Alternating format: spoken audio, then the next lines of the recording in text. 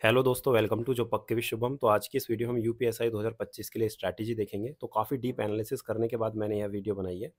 तो इस वीडियो को देखने के बाद आपका एक भी डाउट नहीं बचेगा, इस बात की मैं गारंटी दे रहा हूँ। इसलिए आप एक एक बात बहुत ध्यान से समझना, स्किप मत करना, चाहे वीडियो को फास्ट देख लेना, ठीक है। चलो, बिना टाइम वेस्ट करे सबसे पहले एग्जाम पैटर्न बता देता हूँ आपको। देखो, यूपीएसआई में 4 सब्जेक्ट आते हैं: हिंदी, जीके, मैथ और रीजनिंग। और हर एक सब्जेक्ट में से 100 नंबर के क्वेश्चन आते हैं। टोटल क्वेश्चन 160 होते हैं और हर एक सब्जेक्ट में से 40 क्वेश्चन आते हैं। लेकिन आपने देखा होगा, मैथ में 4 से 5 क्वेश्चन आप रीजनिंग के भी देखने के लिए मिलते हैं। इसके अलावा हिंदी में भी कुछ क्वेश्चन कंप्यूटर के देखने के लिए मिलते हैं। लेकिन ये सभी चीज़ें मेंशन है ऑलरेडी नोटिफिकेशन में, ऐसा नहीं कि अलग से कुछ भी मिक्स कर दिया, ठीक है। जैसे आप यहाँ देख रहे हो, सामान्य हिंदी, कंप्यूटर ज्ञान, संख्यात्मक एवं मानसिक योग्यता परीक्षा यानी कि मेंटल एबिलिटी। तो यानी मैथ के साथ साथ आपके रीजनिंग के भी क्वेश्चन आएंगे। लेकिन वो क्वेश्चन कौन से होंगे, कौन से टॉपिक आपको पढ़ने हैं जो मैथ में आएंगे, वो हर एक चीज़ मैं आपको बताऊंगा, ठीक है। हर एक क्वेश्चन 2.5 नंबर का होगा। टोटल मार्क्स यानी 400 नंबर का आपका एग्जाम होगा।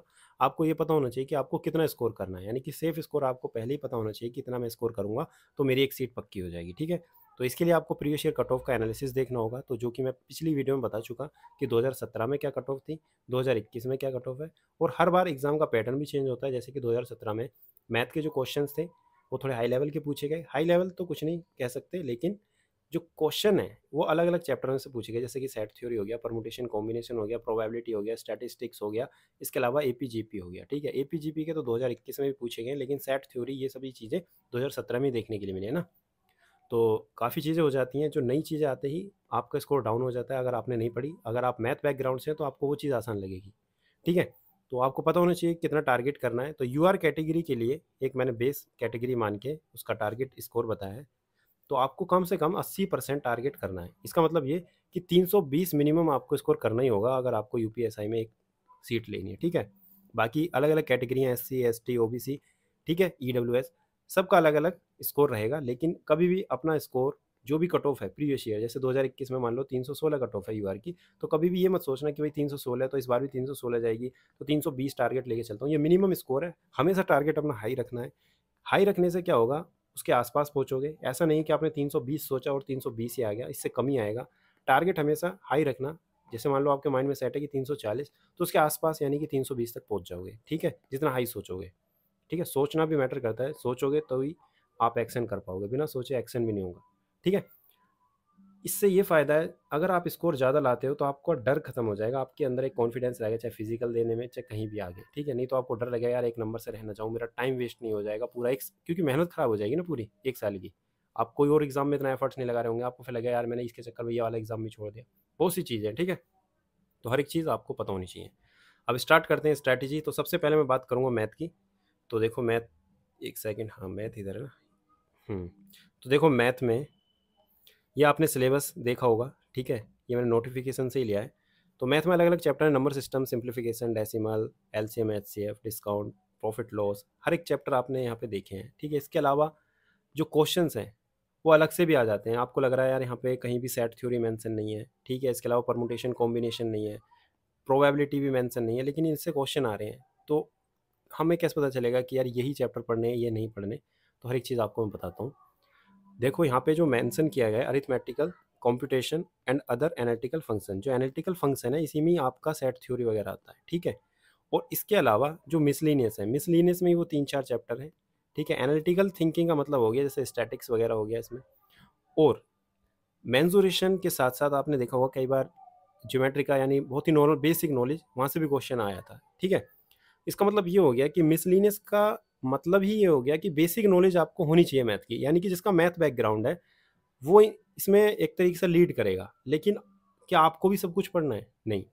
आपको सबसे पहले वो 90% पे फोकस करना है, जो एक बेसिक अरिथमेटिक का सिलेबस है, ठीक है। उसके बाद आपको जंप करना है जो बाकी चैप्टर हैं, जो कि 4-5 चैप्टर हैं अलग से।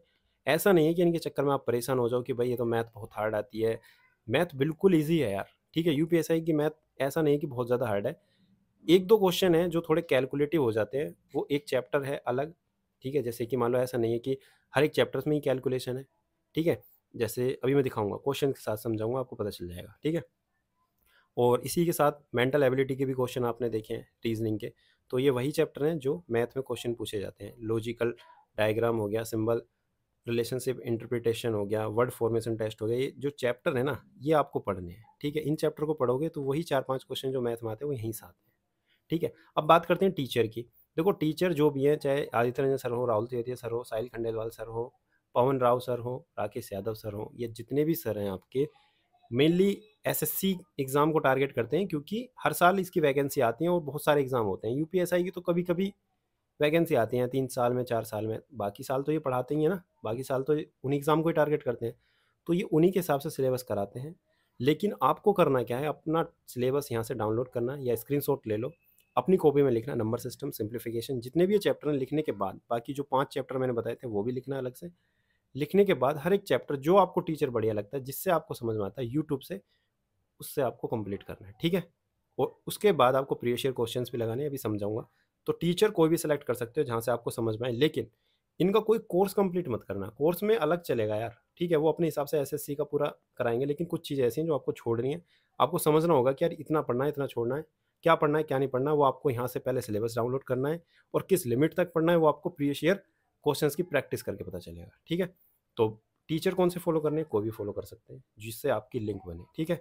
सब बेस्ट है, कॉन्सेप्ट की क्लैरिटी होनी चाहिए। बुक वाईसीटी यानी कि यूथ कंपटीशन वाली, maths warrior Aditya Ranjan sir वाली, या इसके अलावा जो भी आपको लगता है कि नहीं मेरे पास तो ये वाली बुक है लेकिन इसमें यूपीएसआई के प्रीवियस ईयर क्वेश्चन है, तो उसी को फॉलो करो। एक बुक फॉलो करनी है। अब पढ़ने का तरीका क्या है एक बार देख लेते हैं, ठीक है। एक सेकेंड। तो देखो, मैथ पढ़ने का तरीका, सबसे पहले कॉन्सेप्ट की क्लैरिटी होनी चाहिए, यानी जिस टीचर से भी पढ़ रहे हो ना, तो कॉन्सेप्ट की क्लैरिटी आनी चाहिए कि यार जो मैंने सीख रहा हूँ ना, ऐसा नहीं कि मैं रट रहा हूँ। आप चैप्टर रटते जाओगे या बस ऐसे ही नोट्स बनाते जाओगे ना, तो पीछे का चैप्टर भूलते जाओगे, आगे आगे कंप्लीट करते जाओगे। मान लो आपने परसेंटेज पढ़ा, प्रॉफिट लॉस पढ़ा, डिस्काउंट पढ़ा, और इसके बाद आप मान लो नंबर सिस्टम पढ़ रहे हो, तो पीछे के चैप्टर के जितने भी आपने नोट्स बने सब भूल जाओगे। तो इसलिए पढ़ना लिमिटेड है, ये देखना है कि एग्जाम पैटर्न क्या है, कितने टाइप के क्वेश्चन पूछे जा रहे हैं, उतना ही पढ़ना है, ठीक है। ये कैसे पता चलेगा, प्रीवियस ईयर से।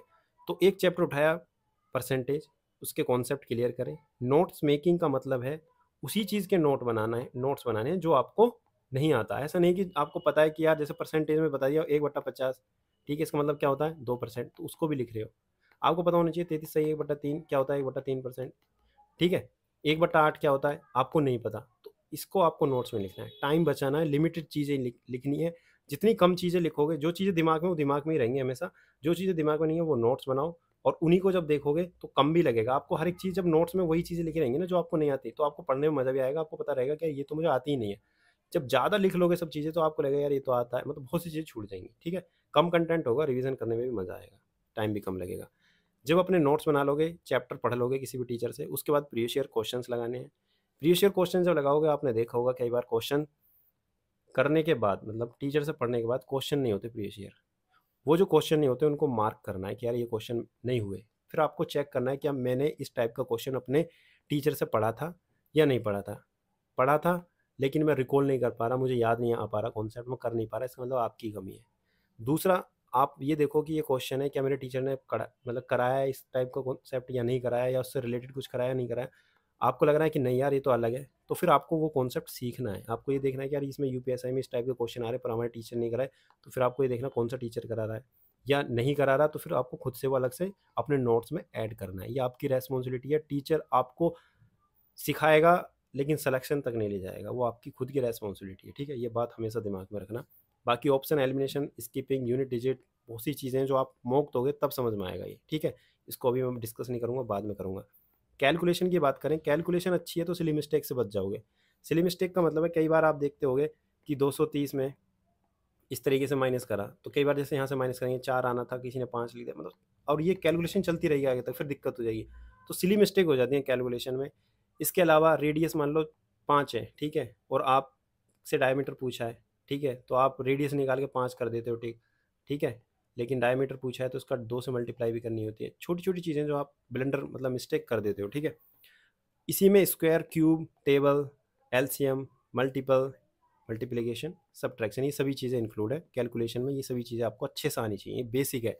अगर ये इन चीज़ों में दिक्कत नहीं है ना, तो क्वेश्चन के कॉन्सेप्ट अगर क्लियर है तो क्वेश्चन फास्ट भी कर पाओगे और अच्छे से टाइम यूटिलाइज करके हो जाएंगे। नहीं तो बाद में छोटी सी दिक्कत होगी, यानी छोटी सी मिस्टेक होगी कैलकुलेशन में, फिर वहीं पे आपके माइंड में प्रेशर क्रिएट हो जाएगा कि यार ये क्वेश्चन तो मुझे आता था, मैं कहाँ मिस्टेक कर रहा हूँ, वहीं पटक के रह जाओगे, ठीक है। एक बात और ध्यान में रखना है, हाई वेटेज पहले और बाकी बाद में। ये पता होना चाहिए कि यार कौन कौन से इंपॉर्टेंट टॉपिक्स हैं, यानी कौन कौन से इंपॉर्टेंट चैप्टर हैं, प्रॉफिट लॉस इंपॉर्टेंट है या टाइम एंड वर्क इंपॉर्टेंट है, कौन सा चैप्टर ऐसे इंपॉर्टेंट है जिनको मैं पढूं और उनसे मेरा कम से कम स्कोर तो बढ़े। ठीक है, ऐसा नहीं कि आप सेट थ्योरी पहले पढ़ने लग जाओ। ठीक है, आपको ये सभी चीज़ें चेक करनी है, कहाँ से क्वेश्चन ज़्यादा पूछे जा रहे हैं, तो उन्हीं पे पहले फोकस करना है। ठीक है, चलो। अब जैसे कि यहाँ पे मैं दिखा रहा हूँ, जैसे मैंने कहा था कि क्वेश्चन पूछे जाते हैं, देखो जीपी यानी क्लास 11th का टॉपिक है, जीपी से भी क्वेश्चन पूछा गया है, परमुटेशन कॉम्बिनेशन यहाँ से भी क्वेश्चन पूछा गया है। ठीक है, 2017 में। और इसके अलावा एपी एपी से भी क्वेश्चन पूछा गया है, प्रोबेबिलिटी से भी क्वेश्चन पूछा गया है। तो ये भी आपको पढ़ने हैं, लेकिन कब पढ़ने हैं, जब आपका बेसिक कंप्लीट हो जाए। ठीक है, सेट थ्योरी देखो यहाँ से भी क्वेश्चन पूछा है। जिनकी मैथ स्ट्रॉन्ग है, जो मैथ बैकग्राउंड से, उनको ये पता, सब कुछ पता रहेगा इनको कि यार कौन सी किताब से है, कौन से चैप्टर से, हर एक चीज़ पता है। लेकिन जिसका मैथ बैकग्राउंड नहीं है, उसको ऐसा लगेगा यार पता नहीं क्या पूछ लिया। ठीक है, तो आपको ये नहीं करना शुरू में, बाद में करना है। ठीक है, अब देखिए वेरिएंस का क्वेश्चन है। ठीक है, हिंदी में तो जो भी कहते सही, लेकिन मैंने तो इंग्लिश में पढ़ी है, तो स्टैटिस्टिक का वेरिएंस वाला क्वेश्चन है, तो अच्छा खासा क्वेश्चन है, मतलब 12th में ही है ये सब। तो आपको वो भी पढ़ना है, लेकिन कब पढ़ना है, जब बेसिक 90% सिलेबस कंप्लीट हो जाएगा। क्लियर? कोई भी टीचर से पढ़ सकते हैं, जो मैंने नाम बताए हैं, जो भी आपको अच्छे लगे।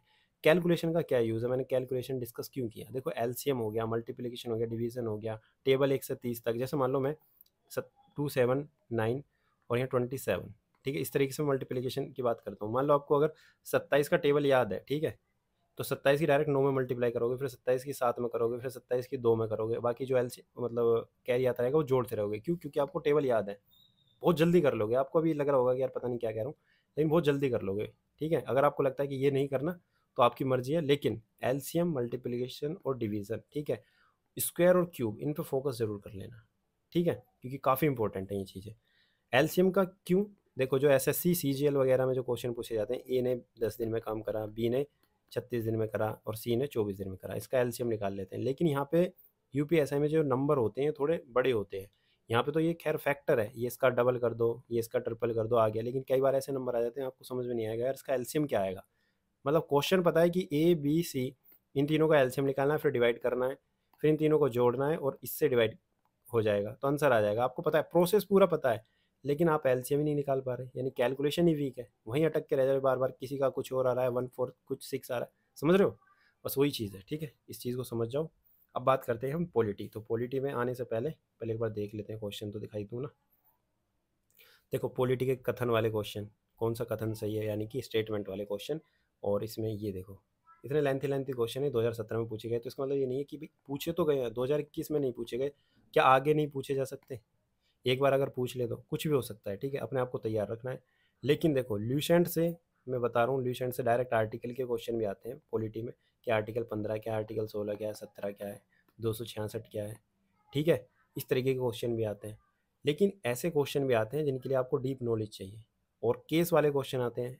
एनसीईआरटी में, ओ सॉरी, ल्यूसेंट में आपको ज़्यादा केस नहीं मिलेंगे।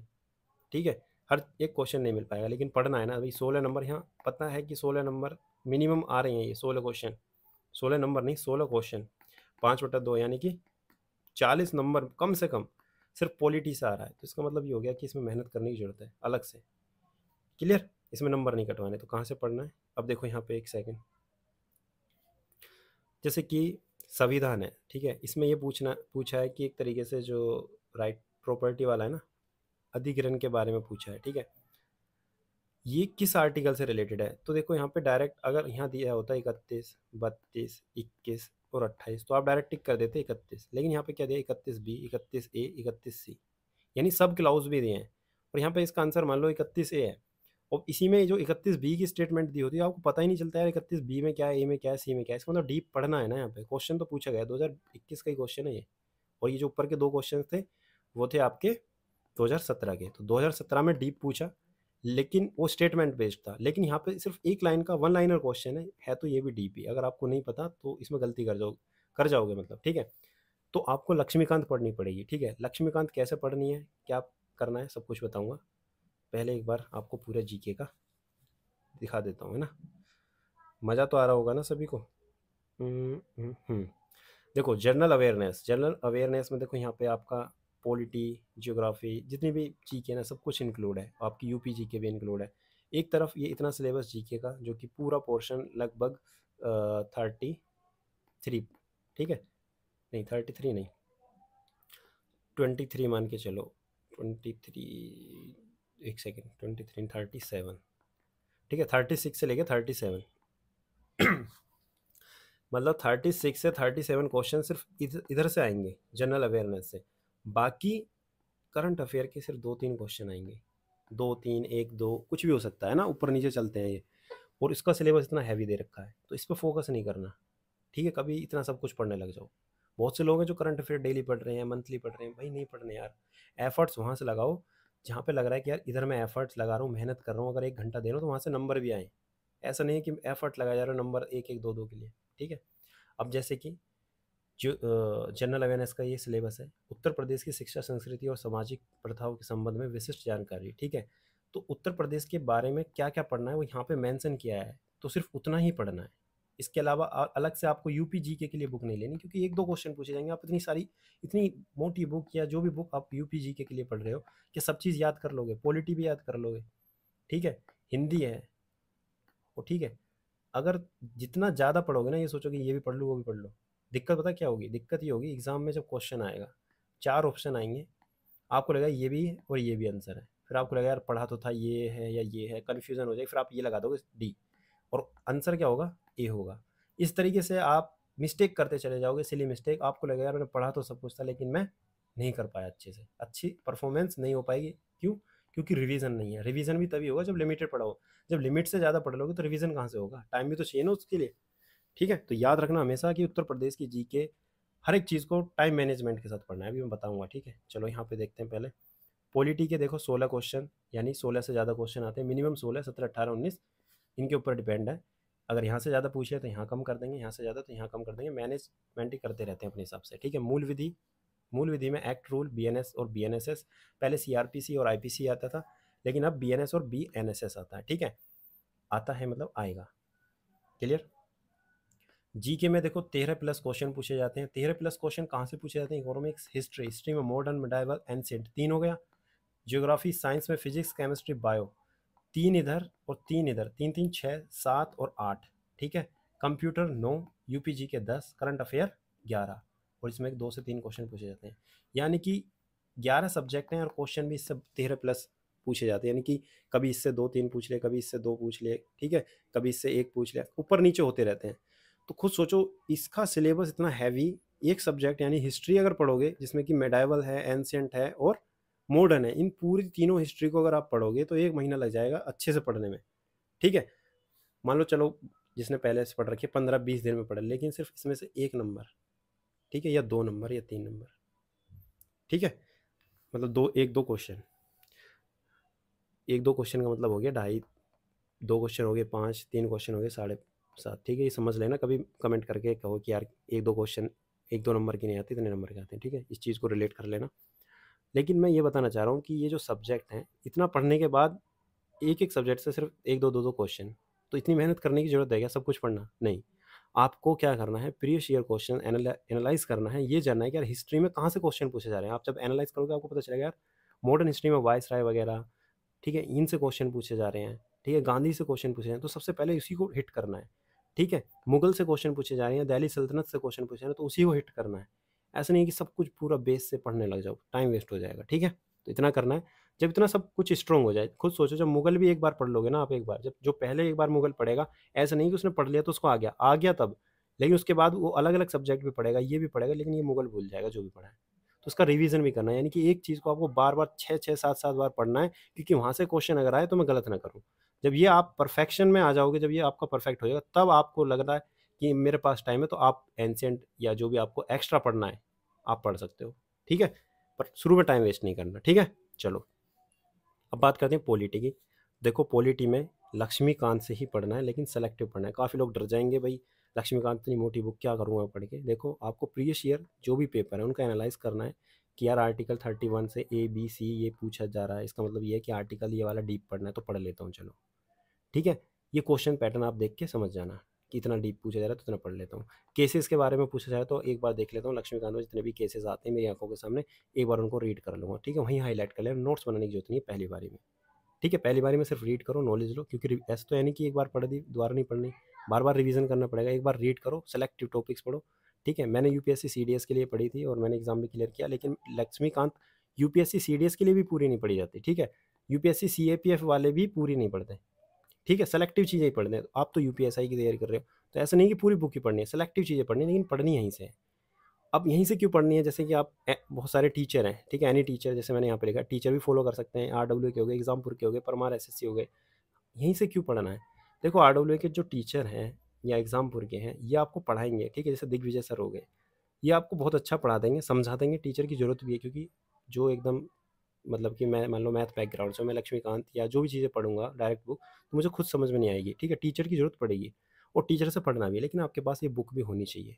इसका फ़ायदा ये है, जैसे मान लो आरडब्ल्यू से आप पढ़ोगे तो इन्होंने खुद 31 ए आर्टिकल बी आर्टिकल इतना अच्छे से एक्सप्लेन नहीं किया, ठीक है, और बाकी चीज़ें इन्होंने अच्छे से एक्सप्लेन भी किए हैं। ये ज़्यादा पढ़ाएंगे तो भी आपको दिक्कत ही हो जाएगी, यार ये सर तो बहुत ज़्यादा डीप पढ़ा रहे हैं, इतना नहीं पढ़ना। कम पढ़ाएंगे तो भी आपको दिक्कत होगी, इसलिए ये लिमिटेड पढ़ा रहे हैं, ठीक है। पढ़ना तो है ये लिमिटेड, ठीक है, और मैं पहले भी कह चुका और फिर दोबारा कह रहा हूँ, टीचर आपको चीज़ें समझा देगा, पढ़ा देगा, लेकिन सिलेक्शन की जो रेस्पॉन्सिबिलिटी है वो टीचर की नहीं है, वो आपकी है।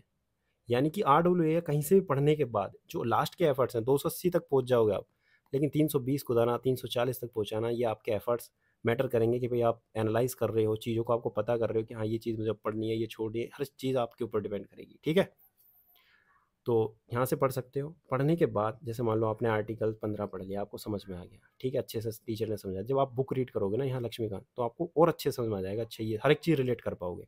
डायरेक्ट इसको पढ़ोगे तो कुछ पल्ले नहीं पड़ेगा, जिसकी अच्छी रीडिंग हैबिट है या जिसको समझ में आ रहा है वो पढ़ सकता है, लेकिन ये पढ़नी जरूर है, ये छोड़ना मत सेलेक्टिव टॉपिक। अब सेलेक्टिव आपको समझ नहीं आ रहा कि भाई प्रीवियस ईयर का एनालिसिस करके कैसे मैं सेलेक्टिव पहचानूँ, तो भाई एक काम करना, किसी भी टीचर से पढ़ लेना, जो टॉपिक पढ़ा है ना उसको यहाँ से पढ़ लेना, काम खत्म, क्लियर, इतना काम कर लेना। लक्ष्मीकांत से पढ़ना है, इसके बाद घटना चक्र ले लो या वाईसीटी पब्लिकेशन ले लो, कोई भी इन दोनों में से एक बुक ले लो, वहीं से पढ़ना है। अब बात करते हैं ल्यूसेंट जी के, नाम लिखा है लेकिन पढ़नी नहीं है, ठीक है। मैंने पहले बोला था पढ़ लो, लेकिन मैं अगर बोलूँ कि इसमें से पढ़ लो लेकिन सेलेक्टिव पढ़ना है तो कन्फ्यूजन में हो जाओगे। देखो करना क्या है, मुगल, ठीक है, या वायसराय हो गई, जो भी टॉपिक आपके आ रहे हैं, जैसे आप सेट देखना, सेट लगाओगे ना प्रीवियस ईयर, तो जो भी क्वेश्चन आ रहे हैं वो सर्च कर लेना, डायरेक्ट टीचर का नाम डाल लेना। मान लो आप किसी टीचर, मान लो परमार एसएससी से पढ़ रहे हो, ठीक है, या आरडब्ल्यूए से पढ़ रहे हो, तो वहीं पे डाल लेना मुगल, ठीक है, बाय आरडब्ल्यूए, जो भी टीचर आपका फेवरेट है, तो मुगल पढ़ लेना। पढ़ लिया, वहाँ से पढ़ने के बाद फिर डायरेक्ट आपको ल्यूसेंट खोलनी है, या ल्यूसेंट नहीं खोलनी तो या आप अपने नोट्स बना लो उसी के मुगल के, बस वही रिवाइज करने इंपॉर्टेंट टॉपिक्स पर, बस पढ़ते रहो, अपने इंपॉर्टेंट टॉपिक इकट्ठे करते रहो। ऐसा नहीं कि पूरी मॉडर्न हिस्ट्री कंप्लीट कर दी तो बहुत टाइम लग जाएगा और रिवाइज नहीं कर पाओगे, और फ़ायदा नहीं है, जो चीज़ आपने इतनी सारी मेहनत करके पढ़ ली और उसका रिवीजन ना हो, यूजलेस है, टाइम भी वेस्ट है और पढ़ना भी बेकार, ठीक है। ल्यूसेंट अगर आपके पास पहले से है तो ठीक है, लेकिन अलग से खरीदने की जरूरत है नहीं, नोट्स बना के काम चल जाएगा, सिर्फ लिमिटेड पढ़ के। अगर आपको लग रहा है नोट्स नहीं बनाए तो यूट्यूब टीचर से पढ़ के वहाँ पे मार्क कर लेना, ठीक, क्लियर। चलो, तो इतनी बात आ गई समझ में। अब बीएनएस वगैरह रह गया ये, ठीक है, तो इसको भी मैं बता देता हूँ, इसको आगे बताते हैं, ठीक है, एक सेकेंड।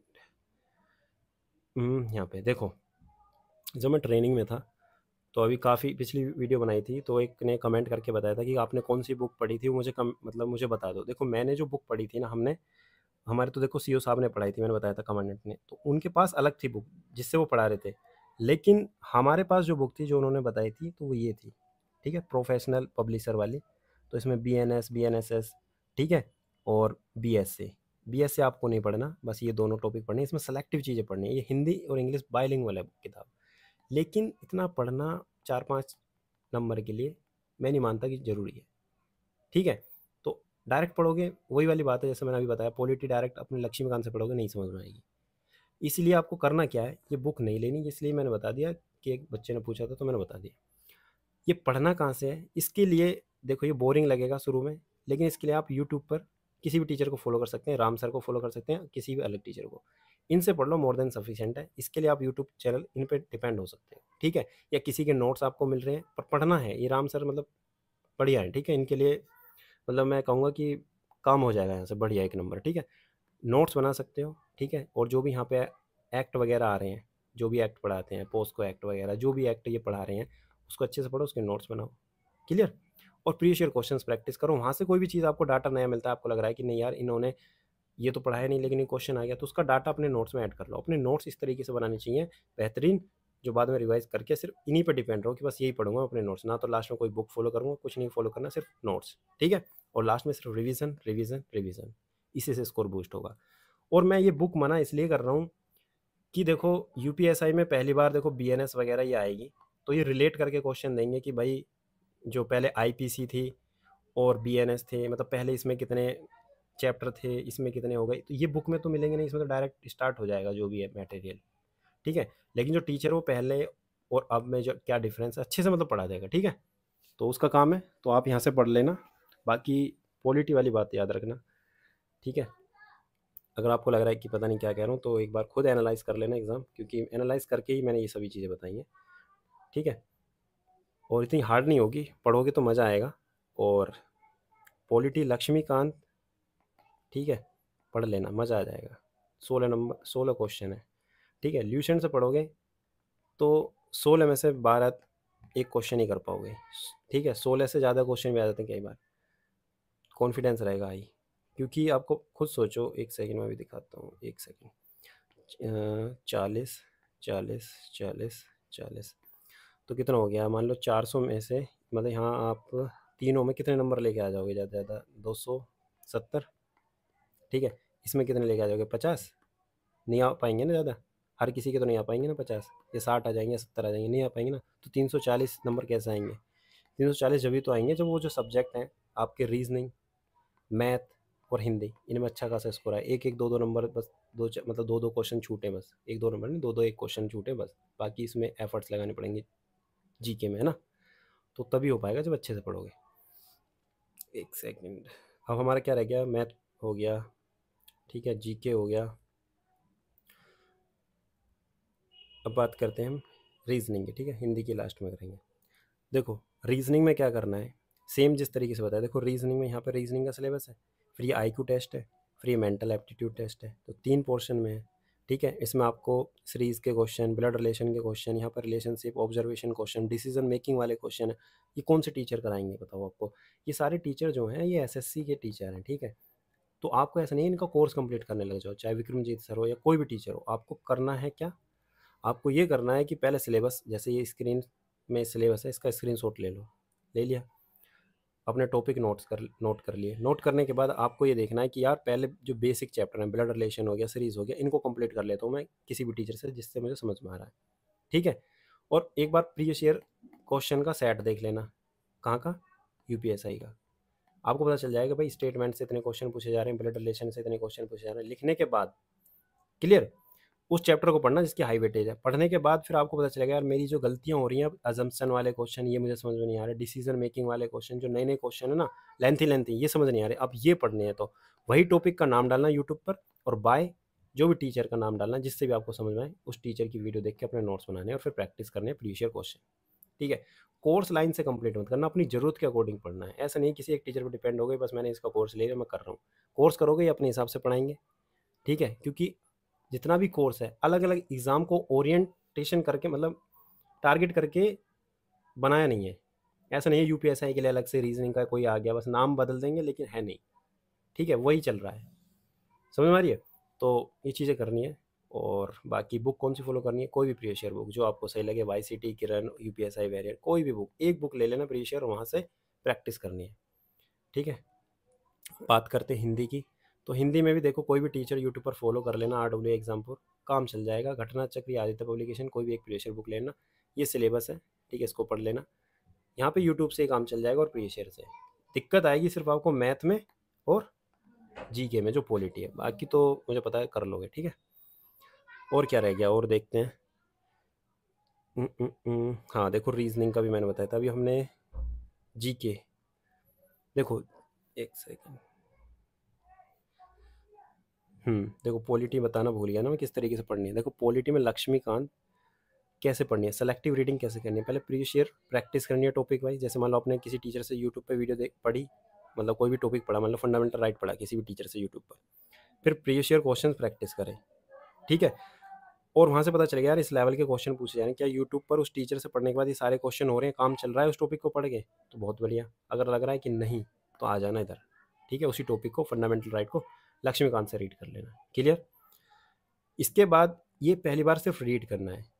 दूसरी बार क्या करना है, जब रीड करोगे तो हाईलाइट करने इंपॉर्टेंट पॉइंट्स। आपको पता रहेगा कि हाँ यार फंडामेंटल राइट में जो क्वेश्चन पूछा गया पॉलिटी का, ये थोड़ा डीप था, ये लक्ष्मीकांत में यहाँ था, उसको हाईलाइट कर लेना, सिर्फ वही पढ़ना है। अगली बार जब पढ़ोगे तो वही पढ़ना है, पूरी लक्ष्मीकांत द्वारा थोड़ी नहीं पढ़ोगे लाइन, तो हाईलाइट करते रहना हमेशा। और लास्ट में सिर्फ रिवीजन करना है। रिवीजन किस चीज़ का करना है, अपने अपने आपने अगर अपने नोट्स बनाए किसी टीचर से वो, और साथ में जो हाईलाइट करी लक्ष्मीकांत वो, ठीक है। या आपको लग रहा है कि नहीं लक्ष्मीकांत का हाईलाइट नहीं कर रहा, मैं अपने नोट्स में ऐड कर देता हूँ, तो वो भी कर सकते हो अगर आपके पास टाइम है तो। क्लियर? ये मैंने बता दिया। जीके रह गया ना। देखो जीके में ये सारे सब्जेक्ट हैं, ये सभी सब्जेक्ट आपको टॉपिक वाइज नोट्स बनाने हैं यूट्यूब चैनल से, कोई भी टीचर फॉलो करके प्रीवियस ईयर क्वेश्चंस का एनालिसिस करके, जो कि मैं बता चुका। ठीक है, आपको लगा तो दोस्तों बीच में आवाज़ चली गई थी, तो मैं दोबारा से रिकॉर्ड कर रहा हूँ। तो रीजनिंग पर थे हम, ठीक है। तो देखो रीजनिंग में स्टेटमेंट अजम्पशन वाले क्वेश्चन, डिसीजन मेकिंग वाले क्वेश्चन, स्टेटमेंट कंक्लूजन, और भी काफ़ी ऐसे चैप्टर हैं जो आपको प्रॉब्लम कर सकते हैं, ठीक है। जो आपको लगेंगे थोड़े नए चैप्टर हैं, बैंकिंग लेवल के क्वेश्चन आते हैं, ऐसा लग सकता है, ठीक है, आते नहीं है पर लगेगा, ठीक है। तो करना क्या है, एक बार दिखा देता हूँ मैं, एक सेकेंड। सबसे पहले आपको चैप्टर वाइज प्रैक्टिस करनी है, जो इजी चैप्टर है, जैसे आपको लगता है कोडिंग डिकोडिंग, नंबर सीरीज हो गया, ठीक है, ब्लड रिलेशन हो गया, जो एसएससी के एग्जाम में, दिल्ली पुलिस कांस्टेबल, हर जगह आपको देखने के लिए मिल सकते हैं, ठीक है। मोस्टली टीचर सभी पढ़ाते हैं, लेकिन कुछ सेलेक्टिव टॉपिक्स हैं जो कि मैं सिलेबस ऑलरेडी आपको दिखा चुका, ठीक है। वो हर एक टॉपिक आपको लिखना है अपनी कॉपी में।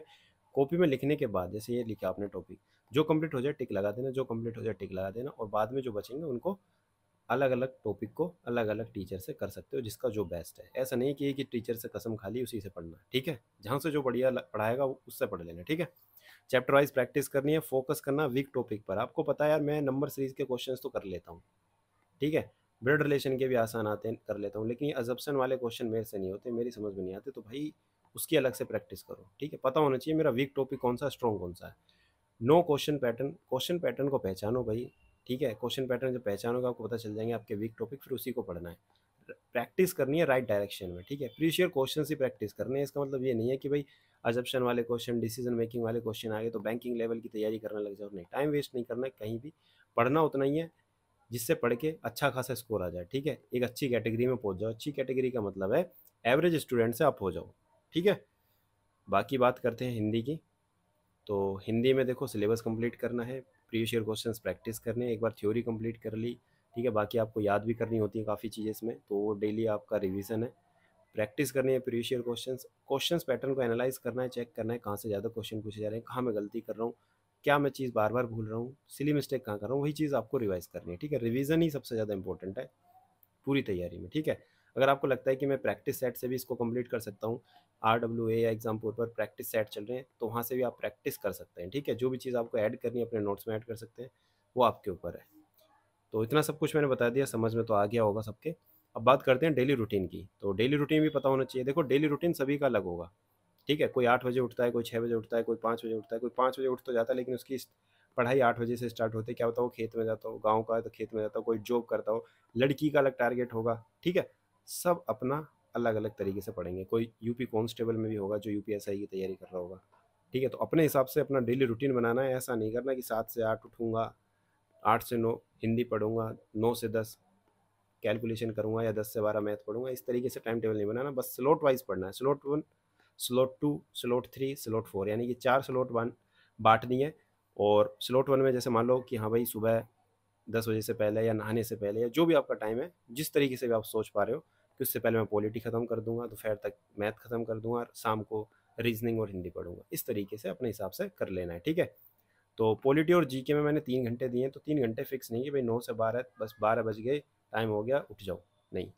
3 घंटे लगभग का मतलब है 3 से सवा 3 हो सकते हैं, 3:30 हो सकते हैं, 2:30 भी हो सकते हैं, ठीक है। अपने हिसाब से एक एवरेज मैंने टाइम दिया है, जिसमें कि पॉलिटी आपको लगभग 1.5 घंटा पढ़नी है, और इसमें अपनी एक क्लास लेनी है BNS वाली, ठीक है, मूल विधि वाली, अपना यूट्यूब चैनल से। इसके अलावा आधा घंटा आपको जीके को देना है। जीके में आपको डेली टॉपिक पढ़ने हैं, जो कि मैं बता चुका। प्रीवियस ईयर एनालाइज करोगे तो उसमें पता चल जाएगा कि यार मुगल पढ़ना है या क्या पढ़ना है, ठीक है। मॉडर्न हिस्ट्री में क्या पढ़ना है, डिजीज़ पढ़नी है बायो में, क्या पढ़नी है, ठीक है। हर एक चीज़ आपको पता चल जाएगी।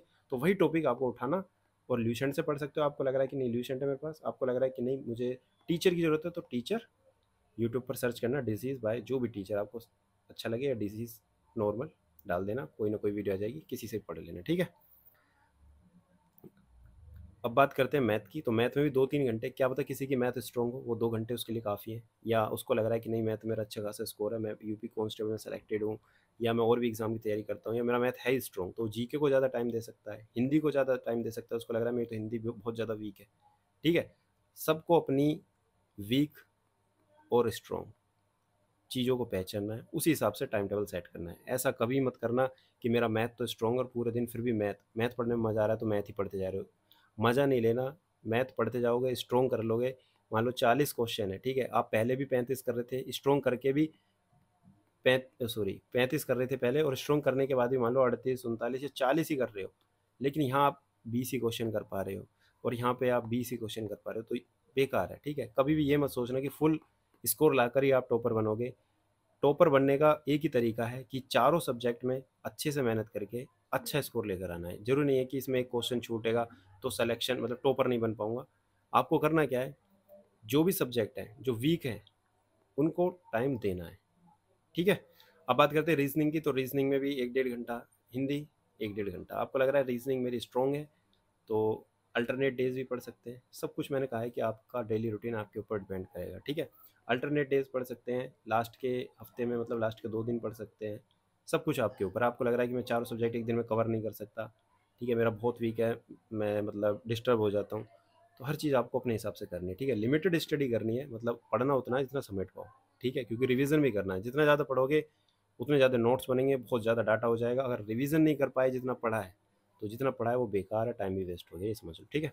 5 दिन पढ़ना है, एक दिन बैकअप डे रखना है और एक दिन रिवीजन करना है, यानी कि हफ्ते में 7 दिन होते हैं ना, तो मंडे से लेकर फ्राइडे तक आपको पढ़ाई करनी है। सैटरडे को बैकअप डे। बैकअप मतलब जो भी 5 के 5 दिन में अगर कोई टारगेट बच जाता है, आपको लग रहा है कि यार मैं शादी में चला गया, कहीं कुछ काम अटक गया, कुछ भी हो गया, ठीक है, या आप 8 घंटे नहीं पढ़ पाए, 6 घंटे पढ़ पाए, कुछ भी हो गया, ठीक है, तो वो बैकअप डे यहाँ पे कंप्लीट करना है। अगर आपको लग रहा है कि नहीं मेरे तो कुछ नहीं बचा, मैं तो सब अच्छा खासा करता जाऊँ, तो रिवाइज कर लेना। बाकी एक दिन मैंने रिवीजन डे रखा ही है, ठीक है। अब बात करते हैं मंथली प्लानिंग। देखो, अप्रैल तो आधा बीत चुका, मई जून जुलाई और अगस्त, तो लगभग आपके पास 4 महीने हैं, ठीक है। 4 महीने बाद कभी भी एग्ज़ाम हो सकता है, 6 महीने बाद भी हो सकता है, साथ वो सब कुछ अभी डिफाइन नहीं है कब हो, ठीक है, लेकिन आप मिनिमम 4 महीने अपना टारगेट लेकर चलो। और ये 4 महीने मतलब बहुत कम है।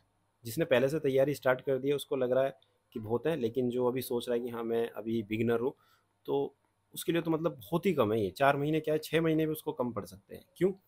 क्योंकि देखो, छोटा सा एग्जांपल दूंगा, बहुत ध्यान से समझना। मान लो मैथ है, ठीक है, 4 महीने में सिर्फ आप मैथ का सिलेबस कंप्लीट कर पाओगे, ठीक है, वो भी तब तब जब आप जिस तरीके से मैंने बताया उस तरीके से पढ़ोगे। अगर आप कोई कोर्स कंप्लीट करना चाहोगे जो कि बहुत लेंथी कोर्स होते हैं, जैसे आदित्य रंजन सर या किसी का भी कोर्स करोगे, तो उसमें बहुत ज़्यादा टाइम लग जाएगा, ठीक है, तो 4 महीने से ज़्यादा खिंच जाएगा। पर मान के चलो 4 महीने में आपने अपना कोर्स कंप्लीट कर दिया। 4 महीने में कोर्स कंप्लीट करोगे, फिर प्रीवियस ईयर क्वेश्चंस करोगे।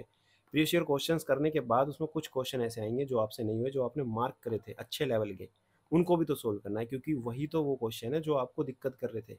यहीं से तो आपका स्कोर कट रहा है। अगर आप इनको ही नहीं पढ़ोगे, मार्क क्वेश्चन को, जो अच्छे लेवल के क्वेश्चन है जो आप गलती कर रहे थे, तो इम्प्रूवमेंट कैसे होगी, है ना। तो 4 महीने में सिलेबस, फिर 1-1.5 महीने आपकी प्रैक्टिस, फिर 1-1.5 महीने, कहाँ कहाँ से आएगा ये टाइम ना। ये सब चीज़ें मैनेज करनी है, तो प्लानिंग होनी चाहिए, ठीक है। तो प्लान करने अपने मंथ मंथ कैसे प्लान करने, मतलब ये कि यार मेरा मैथ तो स्ट्रॉन्ग है, लेकिन मेरी हिंदी वीक है, मेरी पॉलिटी वीक है, तो भाई मैं मई जून तक इसे कंप्लीट कर लूँगा, ठीक है। मई तक हिंदी कंप्लीट कर लूँगा, जून तक अपना एक बार पॉलिटी पढ़ लूँगा पूरा, फिर जुलाई में अच्छे से एक बार और रिवाइज कर दूंगा, ठीक है। मैथ मेरी बहुत ज़्यादा वीक है, लेकिन मेरी हिंदी ठीक है, तो मैथ को क्या करूँगा, इस महीने तक अरिथमेटिक के सारे मतलब टॉपिक्स कंप्लीट कर लूँगा, बाकी जो 5 टॉपिक बचे उसे जुलाई में देखूंगा। मतलब अपनी तरीके से प्लानिंग करनी है, बिना प्लानिंग के पता ही नहीं रहेगा। फिर पता क्या होगा, जिन्होंने एग्ज़ाम दिया है ना, वो कमेंट करके बता देना। देखो होता ये है, मान लो आपका एग्ज़ाम मान लो सितंबर में है, ठीक है, आपने पढ़ाई करी, प्लानिंग नहीं करी, बस पढ़ते रहे कोर्स कंप्लीट करते रहे। जैसे ही अगस्त आया, अगस्त से मतलब सितंबर में पेपर है, मान लो 1 सितंबर में, अगस्त में क्या होगा, आपके माइंड पे एक प्रेशर क्रिएट हो जाएगा, यार 1 महीने बाद पेपर है, क्या क्या क्या पढ़ूँ, बहुत कुछ छूट गया। आपको पता चलेगा यार मेरा तो ये भी बच गया, मैंने तो ये नहीं पढ़ा, वो नहीं पढ़ा। नया नया पढ़ने के चक्कर में आप ना तो रिवीजन कर पाओगे, और नया तो फिर भूल ही जाओ, ठीक है, तो गड़बड़ी हो जाएगी बहुत। इसलिए प्लानिंग करनी बहुत ज़्यादा ज़रूरी है, प्लानिंग नहीं करोगे तो बेकार है, ठीक है।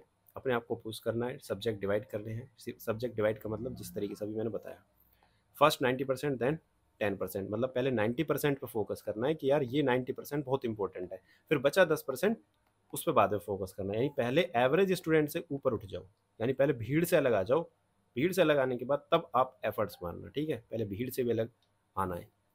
20%, मतलब 20-80 रूल का मतलब ये है 20% पढ़ने के बाद 80% रिजल्ट दे पाओ, ठीक है। इसको मैं अलग से समझा दूंगा, इसमें टाइम लगेगा, ठीक है।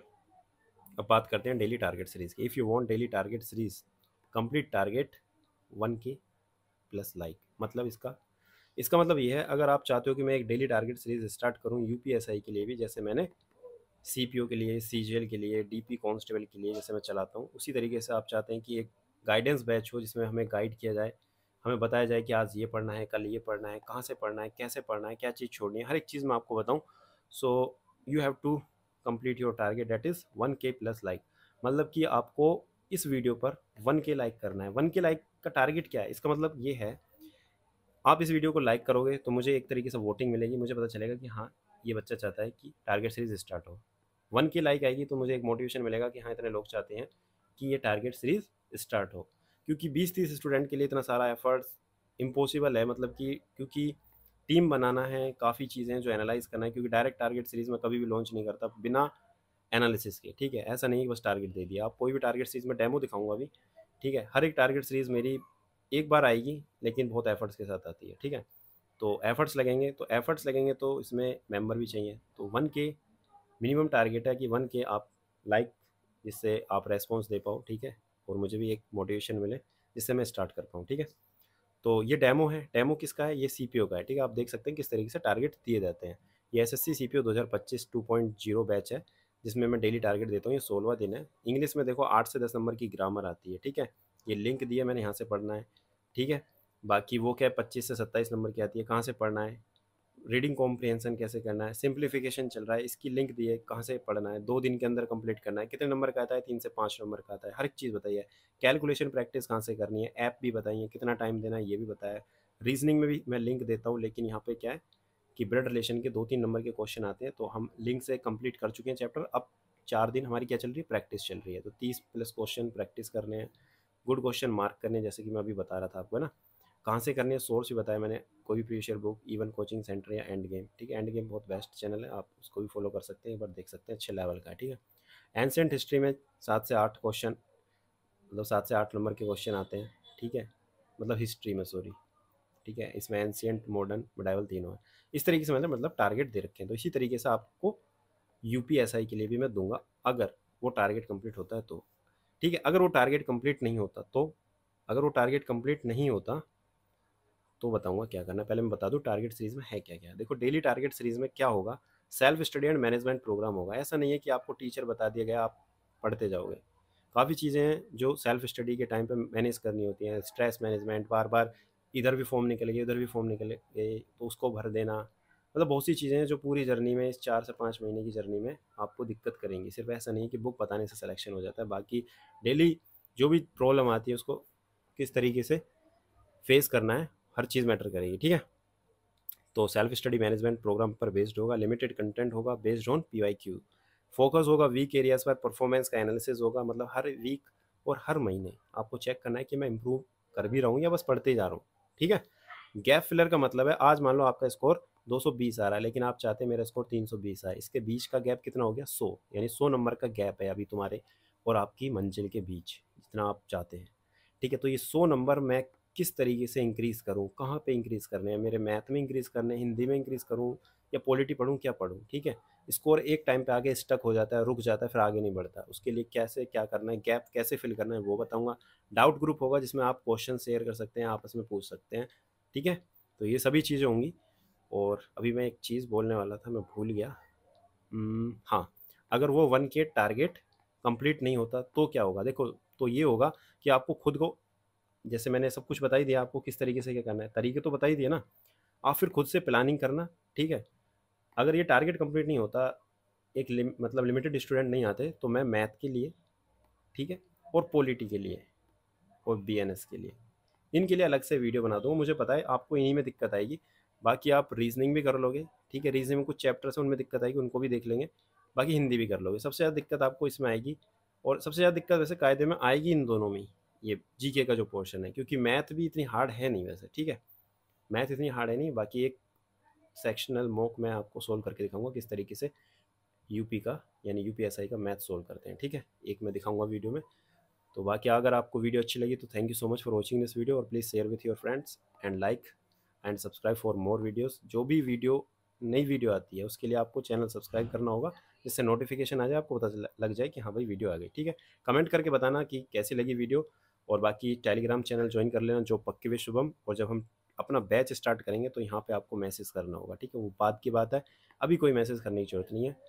अब क्या करना है आपको, अब आपको बस सोचना है और लोगों को शेयर करना है, वीडियो अच्छी लगी, और इसको अपनी लाइफ में यानी कि अपने डेली रूटीन में इम्प्लीमेंट करना है, ठीक है। यही तरीका है सिलेक्शन लेने का। बाकी कितनी वीडियोस देख लो, मैं एक जेन्युइन आपको एडवाइस दे रहा हूँ, ये बहुत बेस्ट तरीका है, ठीक है। चलो मिलते हैं नेक्स्ट वीडियो में। थैंक